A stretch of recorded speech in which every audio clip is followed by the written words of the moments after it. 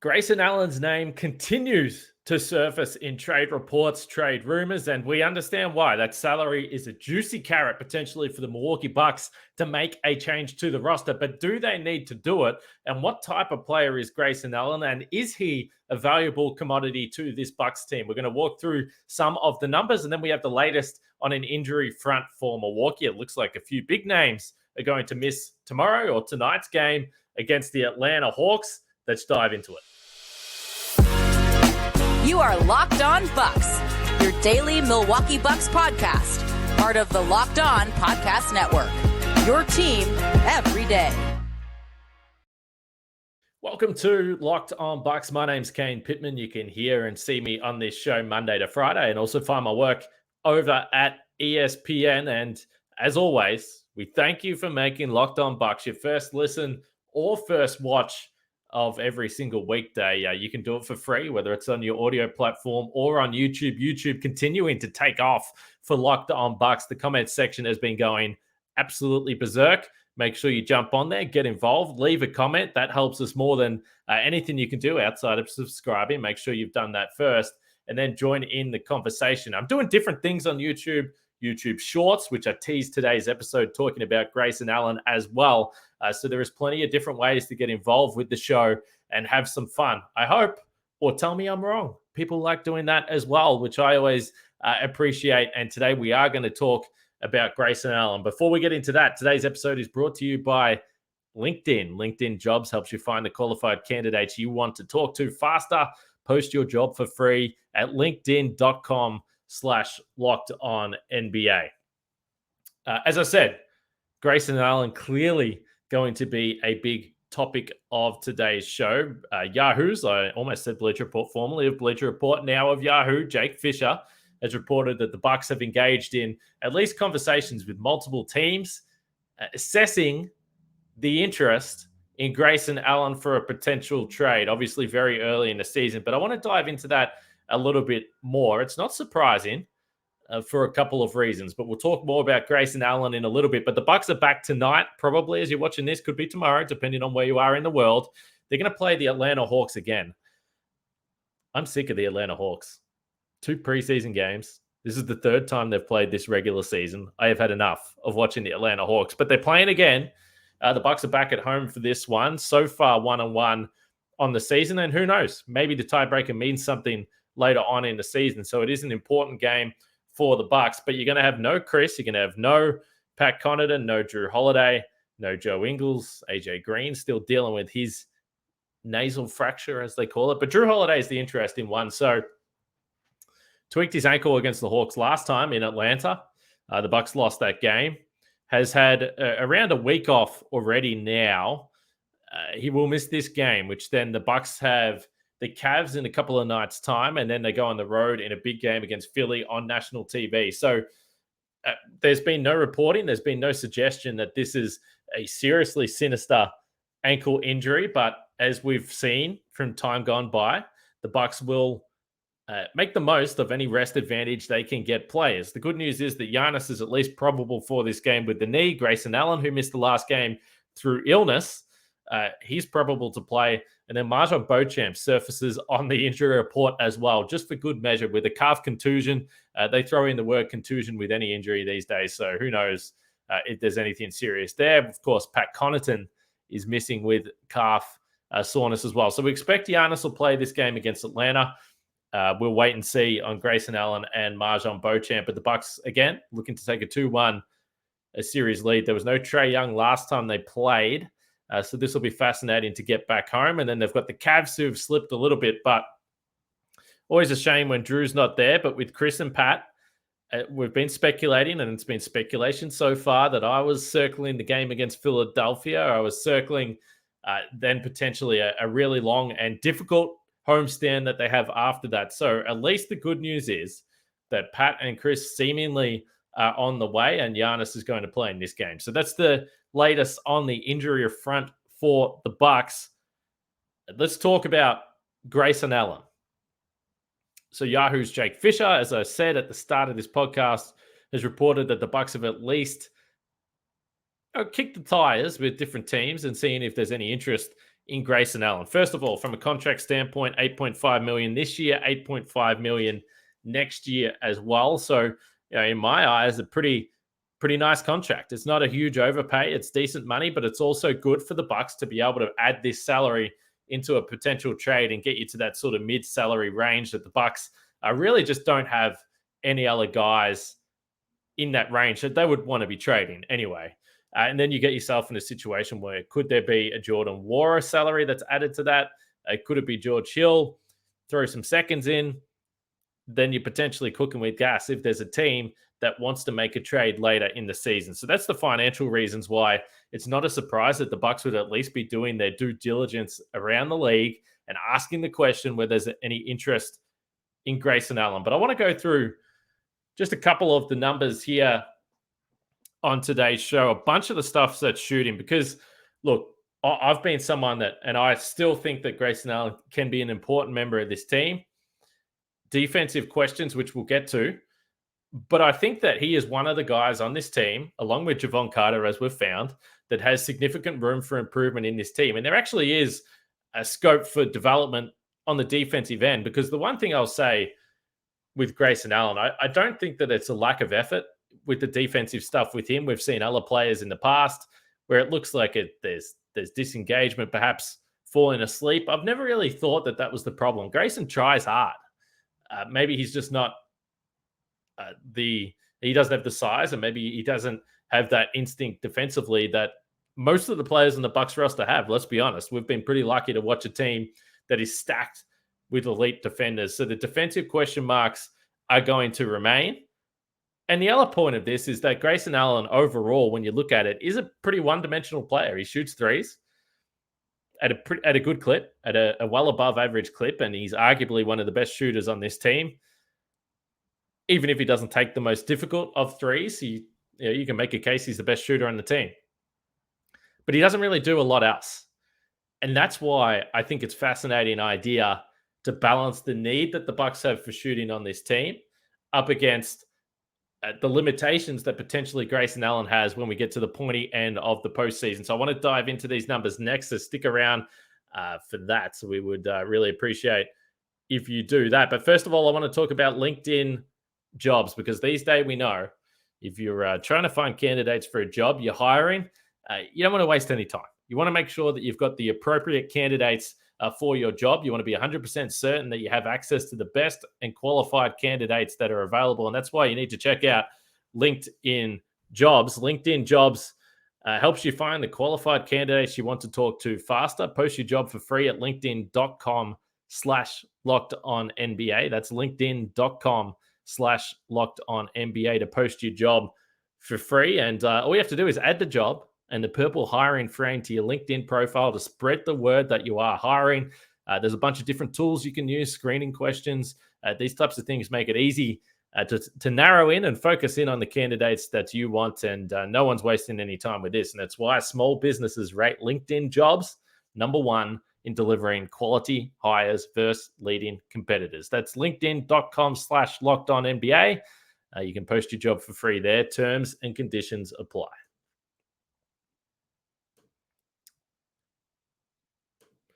All right, make sure you check out Locked On Sports Today podcast as well. They've got you covered with everything that's happening around the sports world, including the Green Bay Packers in OT against the Dallas Cowboys. Even I watched this game.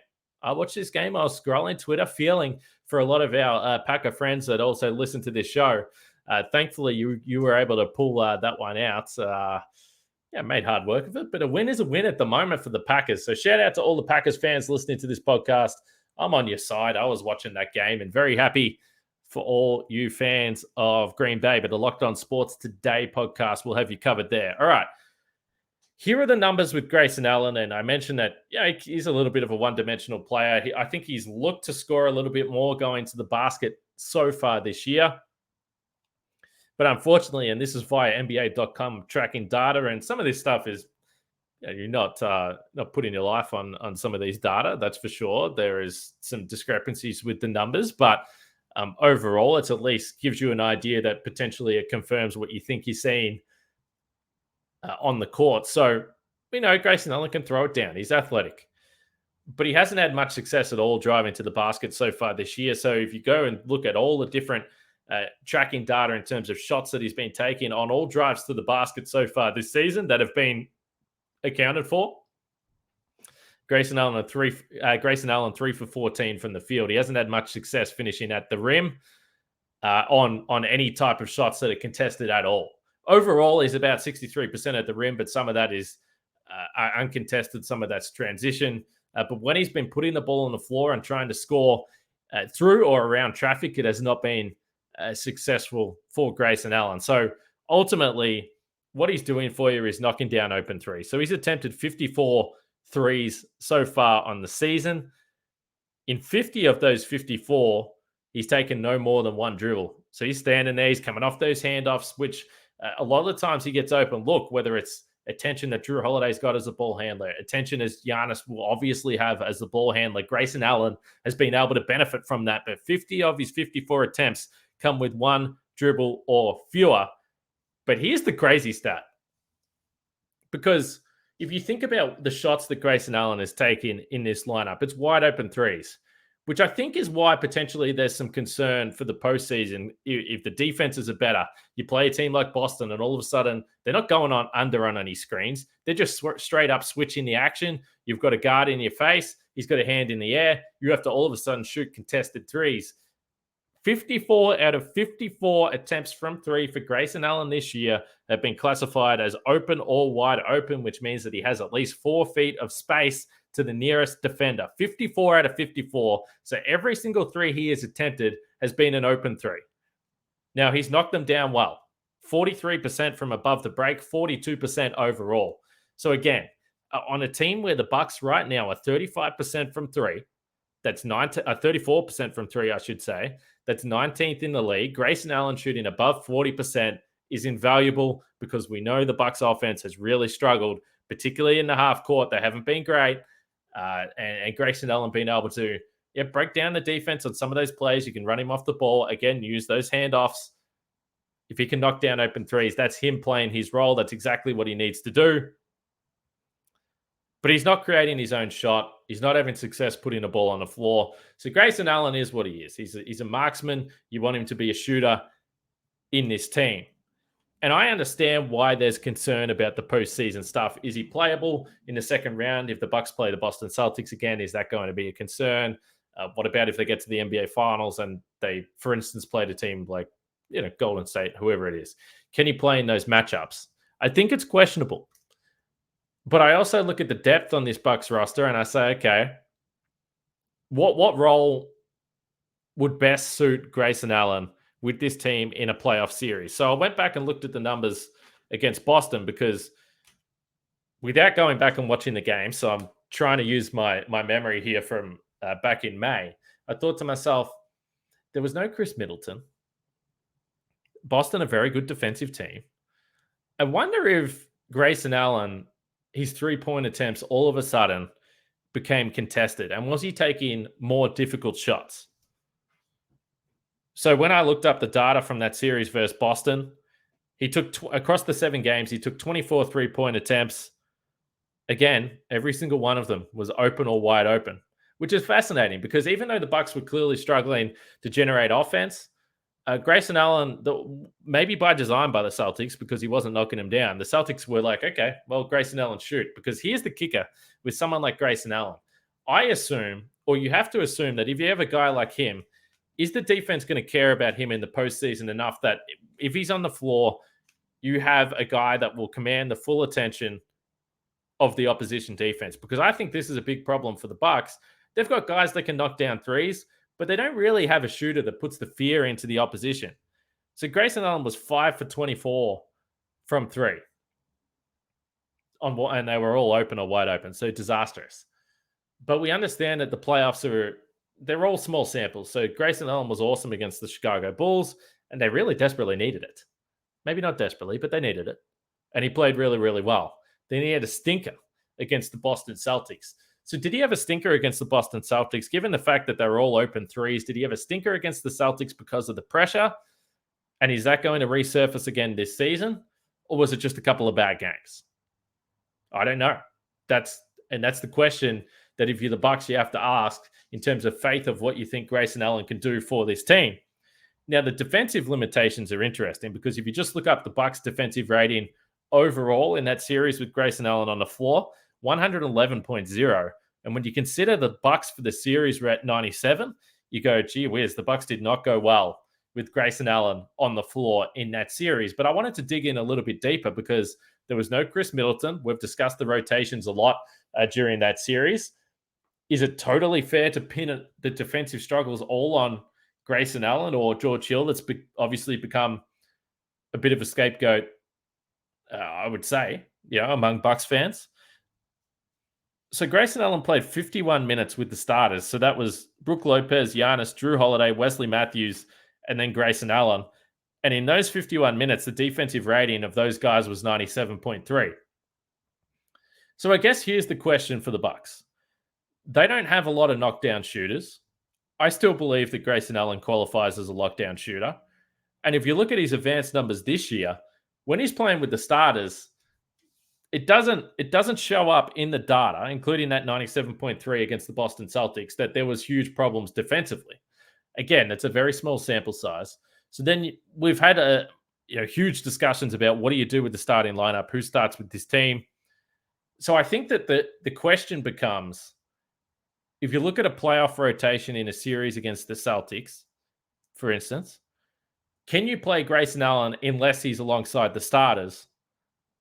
And maybe the answer is no, if he's playing with different lineup combinations that maybe Javon Carter's in there.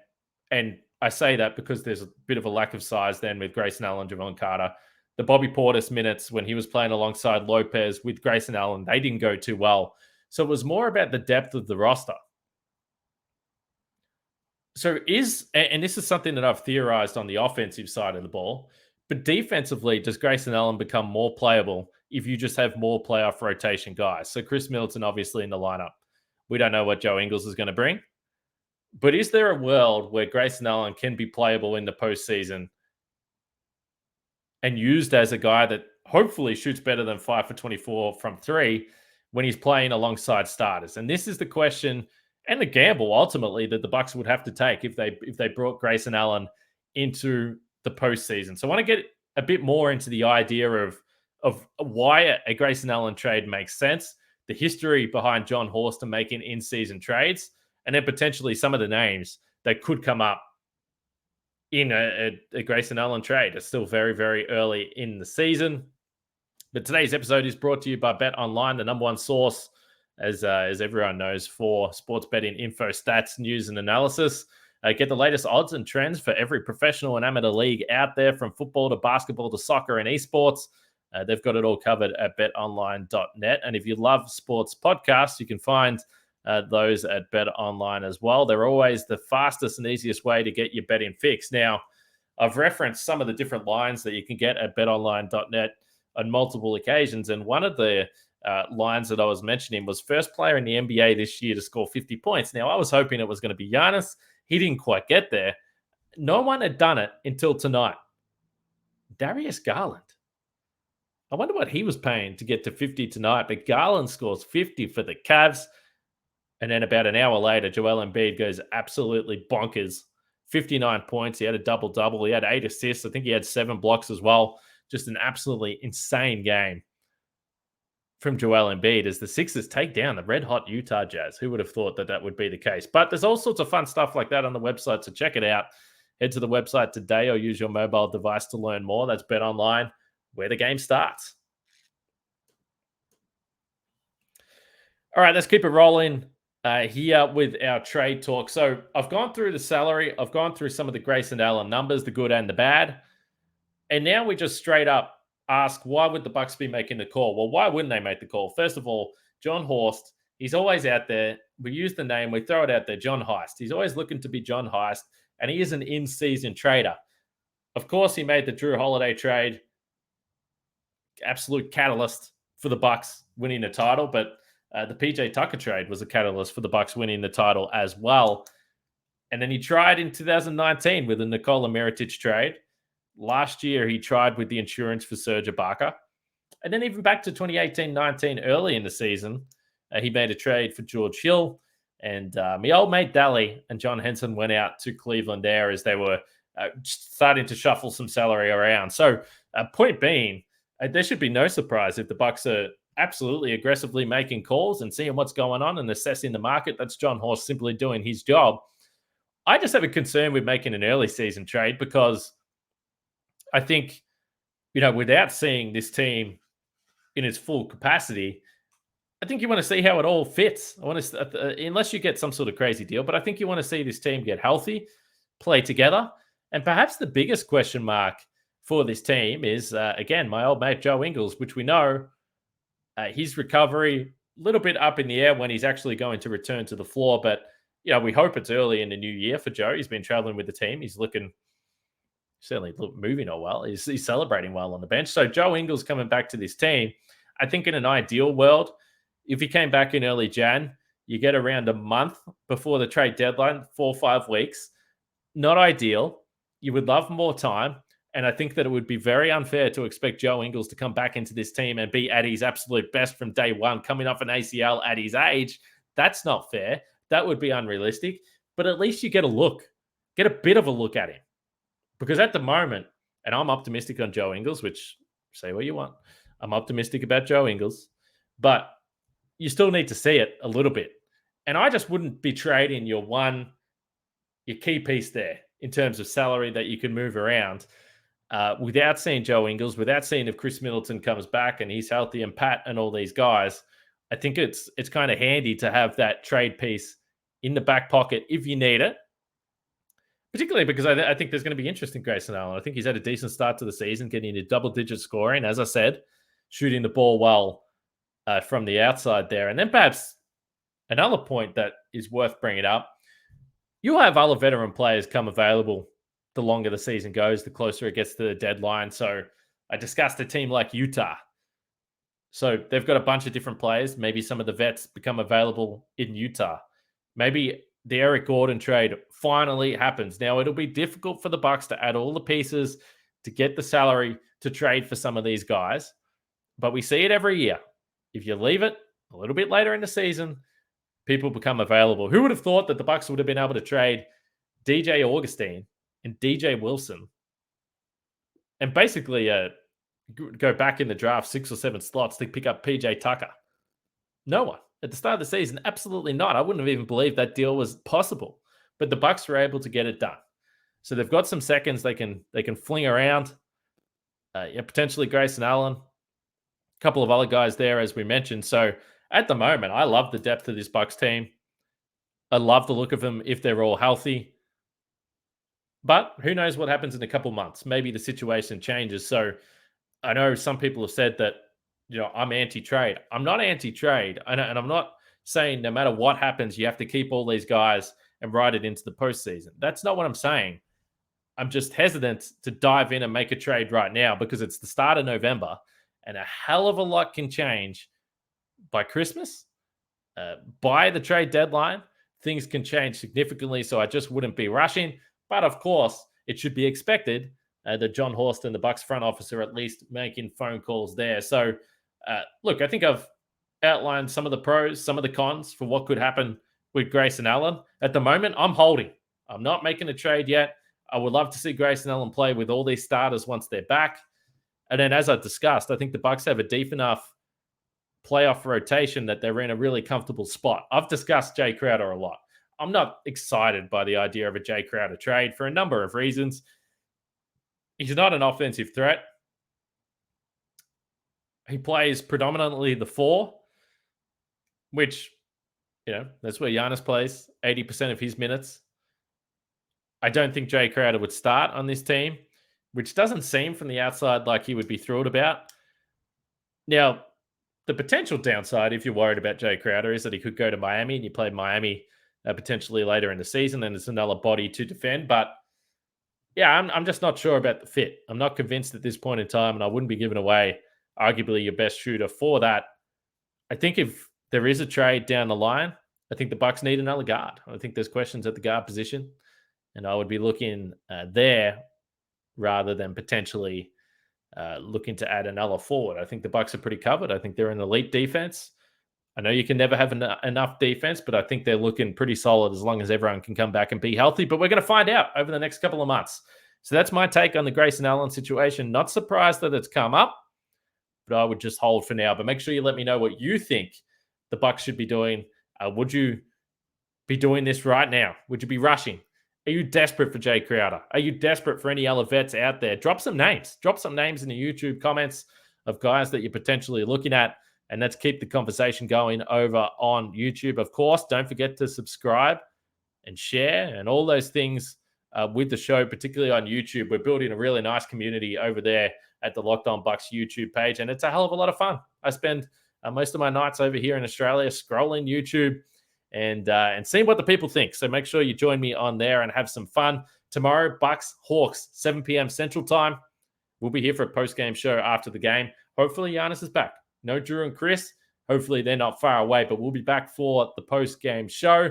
My name's Kane Pittman. Thank you very much for watching today. I hope you enjoyed it, and we'll speak to you guys tomorrow.